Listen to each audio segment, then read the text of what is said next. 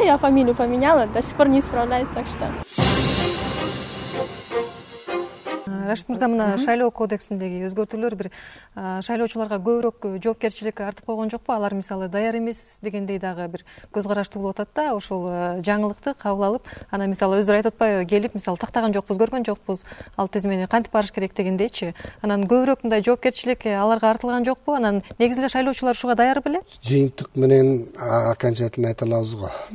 Так даярдыгы негизги тизме өзү көп өзгөргөн жок.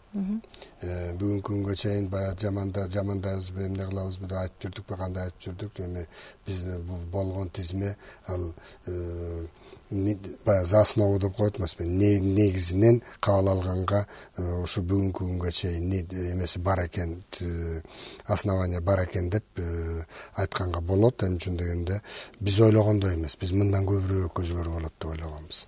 Анан ошол үчүн мореки адамдардын келип туруп, эң негизгиси өзүнүн пропискасы менен келип туруп тактап кеткендердин сумма эмеси, тиги количествосу, саны абдан көп болуп атат. Ошол нерсе көрсөтүп атат. Бул биздин жарандардын бүгүнкү күнгө болгон шайлоого болгон баягы мамилеси кандай экен. Өзлөрүн тактагандар боюнча дагы 15 000 адам бар. F2 менен баягы адрес боюнча келип шайлоого добуш берем дегенден 130 000 киши бар. Андырайым, ошол өзүн-өзү тактагандар көп болду дегенге ынандыңызбы? Эми шайлоочулардын список боюнча, масштабы боюнча, конечно, аз.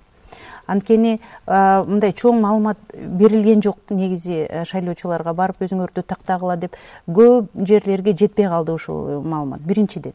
Экинчиден, жоопкерчилик азыркы мыйзам боюнча жалаң эле БШКда эмес. Жалаң эле шайлоо мындай катышуучуларда эмес. Бирок эң негизги ошол шайлоочуларда болуп атат да. Ошон үчүн менин оюмча шайлоочулар деле өзүнүн пассивностин биринчиден көргөздү. Маалымат аябай аз. Канчалык Борбор шайлоо комиссия маалымат берген сайын телевидение, бирок широкомасштабный жок болду. Аны ошол кандидаттар деле айтса болмок өзүнүн шайлоочуларга. Сиз макулсузбу, Рашид мырза? Макул эмесмин. Эмне үчүн дегенде баягы бизде бүгүнкү күндөгү техникалык мүмкүнчүлүк негизгиси бул КТР, ЛТР, НТС, 5 канал, пирамида. Мынакей ушул каналдын баары тең толугу менен шайлоого иштеп атат. Мынакей 5 каналдын медиа планы, бул болсо КТРдин медиа планы мынакей 4 парак. Bunun баары тең бүт полностью аткарылган. Ошол эмесинде бүт бойдон жүрүп атты эмелер. Мынакей кайсы гана тема боюнча маркировка, голосование, бюллетень, подкуп роликтерди кайсы темаларга эметкенибизди. Мынакей жаңылыктар боюнча законодательствода, регистрация боюнча, избирательный адрес боюнча, вне помещения голосования, маркировка, подворовой обход. Совершенно аз информация. Подворовой обход. Бүт баары тең баягы роликтер аргандай түрүндө. Инфографика боюнча, игровой, информационный, жана анимационный, жанагы мультфильмдер демелерди көрсөттү. Ошол мультфильмдер көп болуп калып, шайлоочулар көп мындай серьезный маалымат алынбай калды деп көп ушундай дагы информация болуп атат. Баягы мультфильм боюнча жеңилдеп маалымат беребиз деп, наоборот, мындай көп кызыкчылыгын билдирбей койду да. Ошондой да бизге маалымат түшүп атат. Эми Рашид мырза, кеп анда эмес, сиз да азыр отуруп алып бүт Борбор шайлоо комиссиянын жасап аткан боюнча иштер боюнча дагы айтып кетейин. Биринчи ушул убакытка чейин жакшы тараптарын деле айтып кетейин, Рашид мырза таарынбаш үчүн. Ушунча убакыттан бери биринчи жолу Борбор шайлоо комиссиясы мындай коллегиалдык орган деп эсептелсе болот. Анткени баягы чечимдери көбүнчө коллегиалдык эме боюнча чечилип атат. Биринчиден. Бирок дагы бир кандай десем, кичинекей сын, баягы эң негизги стратегиялык суроо боюнча бирок баары бир силер жабык түрдө өтөсүңөр, жабык эшиктерди. Ошону дагы айтып кетиш керек. Эгерде Рашид мырза биз айтпасак, мисалы жарандык коомдор анан ушинтип эле сүйлөп коюшат деген маалымат Борбор шайлоо комиссия айта берет. Жабык түрүндө деп атпайсыздар, мисалы бюллетендер туурасында сүйлөшсөк да, мына азыр ошол жарандык коомдор бюллетендер бир түшүнүксүз жагдайда таратылып калды. Мисалы 20-сында тизме такталып жатса, эмнеге жалал абад менен Баткенге 18 октябрда барып калды дегенде пикирлер болуп атат да. Биринчиден 18 октябрда Жалал менен Баткенге эч убакта бюллетень бара албайт болчу. Эми үчүн дегенде а күнү бюллетень иши толугу менен басылып бүтө элек болчу. Бюллетень боюнча кандай ушундай бир коомдукка бир кандай десем жабык информация болуп калды. 19 күнү учкунга ушундай выбраковка болот деген процедура маалымат келди. Биздин бүт байкоочулар барса, уже шайлоо комиссия, борбор шайлоо комиссия неизвестно с какой стороны кайсы бир чыгыштан ошол бүт эмелерди, бюллетендерди чыгарып алып кетип калышты деп. Менин оюмча баягы секреттүү түрдө бюллетендер жеткизилиш керек деген ал негизги маселе эмес. Анткени безопасность боюнча действительно ошондой болуш керек.